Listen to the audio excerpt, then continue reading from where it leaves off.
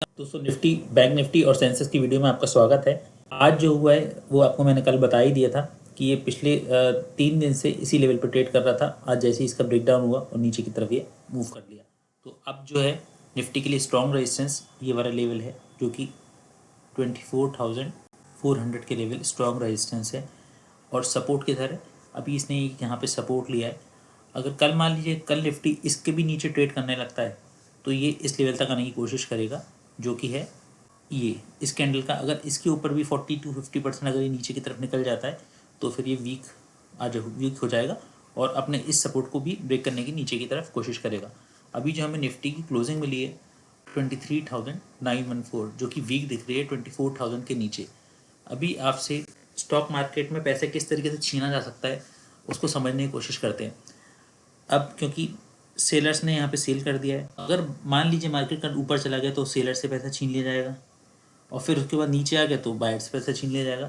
तो छीनने की इसी गुत्थम गुत्था को स्टॉक मार्केट बोलते हैं। ये सपोर्ट था, पिछली बार इसने यहाँ सपोर्ट लिया, फिर इसको ब्रेक डाउन किया, फिर ये ऊपर चला गया यहाँ से, फिर ये रेजिस्टेंस है, ये रेजिस्टेंस था, ये पूरा रेजिस्टेंस लेवल है, यहाँ से रेजिस्टेंस लेके नीचे आ गया। तो अब कल देखना बड़ा मज़ेदार होगा कि निफ्टी में किस तरीके से आपको टारगेट मिलते हैं या निफ्टी कहीं यहीं पे ओपन होकर इनसाइड कैंडल बना देता है।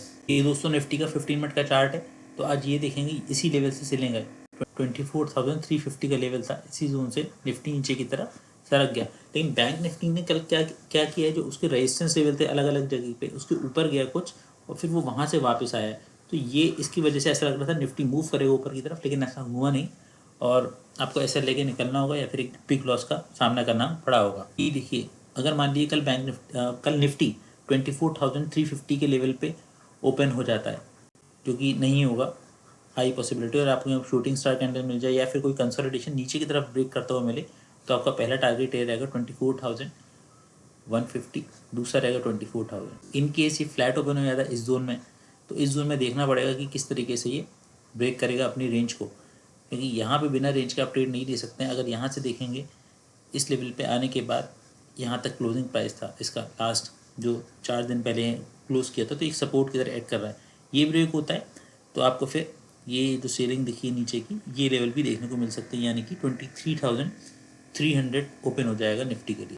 इनकेस फ्लैट ओपन होकर ये ब्रेक करता है इस रेंज। गैप डाउन अगर ओपन हो जाता है, मान लीजिए यहाँ पे 23,800 के आसपास ओपन हो जाता है, तो फिर ये ऐसा लगता है कि बुलिश है, लेकिन ऐसा नहीं होगा, क्योंकि ये देखिए यहाँ से बाइंग आई थी, इस लेवल से बाइंग आई थी, तो हो सकता है मार्केट यहाँ से अपसाइड तो जाए लेकिन उसके बाद फिर ये डाउन साइड फिसल जाए। ये लोअर जो जोन है इसका जो लो है और क्लोजिंग प्राइस रेजिस्टेंस की तरह ऐड करेगा और फिर ये यहाँ से टर्न लेके नीचे की तरफ आ सकता है अगर मार्केट बेयरिश एंड में फिर से आ गया है तो। क्योंकि ये हो सकता है, ये हमने अभी जो देखे थे, ये इतना बड़ा ये गैप्स मिले हमें, प्लस ये ऊपर की ट्रेंडिंग अप मार्केट मिला, तो ये हो सकता है एक बाउंस बैक हो, जैसे मार्केट अब नीचे आ रहा है इस तरीके से आता है नीचे, तो अभी ऊपर गया है तो ये बाउंस बैक है, हो सकता है कि फिर से मार्केट नीचे की तरफ ऐसे आ जाए। अब दोस्तों बैंक निफ्टी देख लेते हैं। ये है बैंक निफ्टी का डेली चार्ट। डेली चार्ट पे आपको अगर देखेगा, जो मैंने आपको बताया था, हेड एंड शोल्डर पैटर्न मिल रहा है ये, और अभी कंसोलिडेट करके नीचे की तरफ ब्रेक डाउन भी हुआ अच्छा खासा, फिर ये अपसाइड चला गया यहाँ पे, ये फिर इसी रेंज में आ गया है। अब इस रेंज में आके इसने अंदर की क्लोजिंग दे दी है, हो सकता है मार्केट होवर करता रहे इसी जोन में, या फिर अगर इसको ये ब्रेक करता है तो ये फिर से यहाँ तक आने की कोशिश करेगा और उसके बाद अगर ये अपसाइड में थोड़ा सा ट्रेड देगा आपको, लेकिन फिर जब ये डाउन ब्रेक करेगा तब आपको एक अच्छा ट्रेड मिलेगा, क्योंकि ये सपोर्ट लेवल था, इसको ब्रेक करके आपको नीचे के लेवल 46,000 तक के लेवल नीचे की तरफ देखने को मिल सकते हैं। अभी क्या हुआ है, अभी हमने बताया था कि रेंज बन रही 3 से जो थी, ये सब हाई पॉइंट थे, ये जो थे ये सब हाई पॉइंट थे, यहाँ पे लोगों के ऐसे लगे होंगे। बैंक निफ्टी ने क्या किया, कुछ देर ऊपर आके ट्रेड तो किया, लेकिन उसके बाद फिर ये नीचे की तरफ आगे तेज़ी से, बहुत तेज़ी से नीचे आया और फिर इसने इसी रेंज में अपना क्लोजिंग दे दी है। इसकी जो क्लोजिंग मिली है वो मिली हमें 51,906 की, जो कि वीक क्लोजिंग है 52,000 के नीचे है। अब हमको क्या करना है, हमें ये देखना है कि अभी बैंक निफ्टी बुलिश है कि बियरिश है, अभी समझ में नहीं आ रहा है, क्योंकि जोन में फिर से आ गया। जो हमने इतना बड़ा गैप देखा था, ये हैमर सी कैंडल बनने का ऊपर की तरफ गया, उसके बाद फिर ये डाउन साइड आ गया, तो हो सकता है यहाँ से फिर से सेलिंग आ जाए और बैंक निफ्टी इस लेवल तक आपको आता हुआ मिले, ये जो सपोर्ट लेवल है, यानी कि 50,000 के लेवल तक। ये बैंक निफ्टी का 15 मिनट का चार्ट है। 15 मिनट के चार्ट पे देखेंगे कि बैंक निफ्टी ओपन होने के बाद सिर्फ ऊपर की तरफ गया और फिर यहाँ से एक शूटिंग स्टार कैंडल बनाई और फिर ये नीचे आ गया तेज़ी से। अब यहाँ पे ये सपोर्ट इसने अपना विक टच करना था, विक टच किया, जो कि मैंने आपको कल के वीडियो में बताया था। अगर आप ध्यान से देखेंगे कि अगर ये ब्रेकआउट फेल होता है और तो ये अपना विक के टच करने की कोशिश करेगा, जो स्नैच कर लिया। अब मान ली बैंक निफ्टी कल किसी भी रीज़न की वजह से 52,700 के आसपास ओपन हो जाता है, आपको कोई नेगेटिव शूटिंग स्टार कैंडल या फिर कोई और नेगेटिव कैंडल मिल जाती है और कोई कंसोलिडेशन मिलता है, तो ये बैंक निफ्टी नीचे की तरफ आने की कोशिश करेगा। सबसे पहले ये 52,250 के आपको नीचे की तरफ टारगेट मिल सकते हैं और उसके बाद फिर 51,900 के और फिर 51,750। अगर ये कल गैप अप ओपन हो जाता है इस लेवल पे और फिर ऊपर की तरफ निकलता हुआ दिखता है, तो अब यहाँ पे आप ऊपर का ट्रेड लेने से बचिएगा। रीज़न क्या है कि इतना बड़ा मूवमेंट ऑलरेडी पहले हो चुका है। इस मूवमेंट के बाद आगे के मूवमेंट हो सकता है हो जाए, काफ़ी बड़ा हो जाए, लेकिन बहुत मुश्किल होगा क्योंकि एसएल लोगों के लगे होंगे। ये लोग अपने एसएल शिफ्ट कर लेंगे। ये लोग भी यही सोच के बैठे होंगे कि कुछ देर बाद यू टर्न लेके बैंक निफ्टी नीचे आ जाएगा। इन केस फ्लैट ओपन होता है इसी जोन में 51,900 की जोन में और फिर अपना ये जो लो है ये ब्रेक करता है, तो फिर आपको ये जो गैप है पेंडिंग, ये आपको कल मिल सकता है। फेल्ड होता हुआ तो 51,000 के लेवल आपको नीचे की तरफ मिल सकते हैं।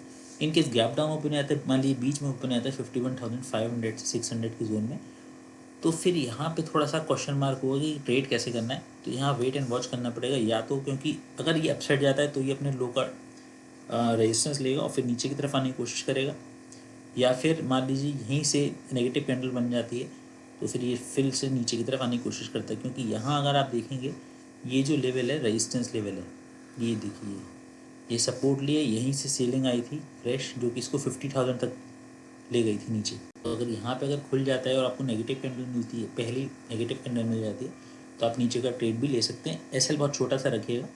ये है सेंसेक्स का चार्ट, डेली चार्ट। सेंसेक्स की डेली चार्ट में मैंने आपको बताया था रेंज बन रही है, रेंज अपसाइड में ब्रेक होती है, डाउन साइड में।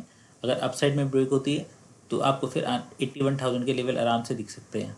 डाउन साइड में ब्रेक होती है तो मैंने आपको बताया था 79,000 के लेवल आराम से मिल सकते हैं और ये आज मिल ही गए 79। अभी किस तरीके से ट्रेड करना है, क्योंकि मैंने आपको ये बता ही रखा है कि हेड एंड शोल्डर पैटर्न बना था, इसके कुछ टारगेट पेंडिंग थे, अब वो पूरे होते हैं कि नहीं, इसमें भी यही था। ये इसने यहाँ का सपोर्ट लिया था, ये सपोर्ट लिया था। अगर ये नीचे की तरफ आता है तो इस लेवल तक आने की कोशिश कर सकता है। अगर मान लीजिए यहाँ पे क्रॉस करता है, कल यहाँ पे ट्रेड करता है, यहाँ कहीं ओपन होकर नीचे की तरफ आने की कोशिश करता है और यहाँ का 40-50% क्रॉस कर लेता है, तो फिर ये ज़रूर टच करने की कोशिश करेगा। अप साइड कब होगा, अगर मान लीजिए खुल जाता है ऊपर की तरफ जाने की कोशिश करता है तो यहाँ आप ट्रैप हो सकते हैं, क्योंकि यहाँ से ऑलरेडी इतना मूवमेंट हो चुका है। तो अब इसमें आगे मूवमेंट होने की संभावनाएं थोड़ी सी कम हो जाती हैं। 50 मिनट के चार्ट पर अगर देखेंगे तो इसी लेवल से सेलिंग आई, हल्की सी बाइंग आई इस यहाँ पे और फिर उसके बाद यहाँ पे कैंडल बनी नेगेटिव, उसके बाद एक तेज़ी से सेलिंग आ गई। तो अब कल मान लीजिए सेंसेक्स ओपन हो जाता है 80,400 की जोन में और आपको कोई नेगेटिव कैंडल या कंसोलिडेशन या नेगेटिव प्राइस एक्शन मिल जाता है, तो आपका जो पहला टारगेट रहेगा वो ये रहेगा 79,900 का, दूसरा टारगेट रहेगा 79,600 का, तीसरा रहेगा 79,100 का। इन केस फ्लैट ओपन होता है इसी जोन में, तो इस जोन में देखिए ये सपोर्ट लिया है, ये क्लोजिंग प्राइस थी जो पिछले 3-4 दिन बाद पहले जो क्लोजिंग हुई थी वहाँ का इसने सपोर्ट लिया है और ये भी विक्स लगे हुए हैं, तो ये एक सपोर्ट लेवल है। इसको अगर ब्रेक करता है तो आपको एक फास्ट सेलिंग नीचे की तरफ भी देखने को मिल सकती है। देखिए ये सपोर्ट है, यानी कि 78,400 के लेवल इन किसी नीचे आता है तो आपको दिख सकता है। फ्लैट ओपन के केस में थोड़ी देर कंसोलिडेट करने दीजिएगा, क्योंकि यहाँ से बाइंग आना थोड़ा सा मुश्किल है। एक बाइंग ये है क्योंकि सपोर्ट लेवल पे आप देखेंगे ये बाइंग आई थी थोड़ी सी, तो हो सकता है यहाँ तक बाइंग आए, उसके बाद फिर ये यहीं से रेजिस्टेंस लेके नीचे आए। कंसोलिडेशन होने दीजिएगा, उसके बाद ही फिर आप ट्रेड लीजिएगा।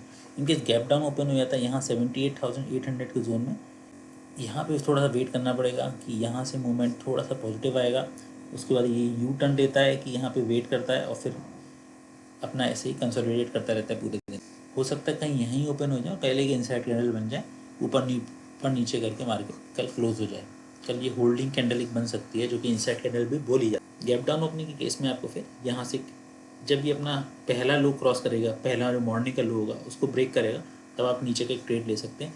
टारगेट आपके 77,600 के लेवल तक हो सकते हैं। दोस्तों सेंसेक्स, निफ्टी, बैंक निफ्टी के वीडियो में इतना ही। मिलते हैं फिर से एक नई वीडियो में, जो कि वीकली, डेली और 15 मिनट चार्ट एनालिसिस होगी। Good bye.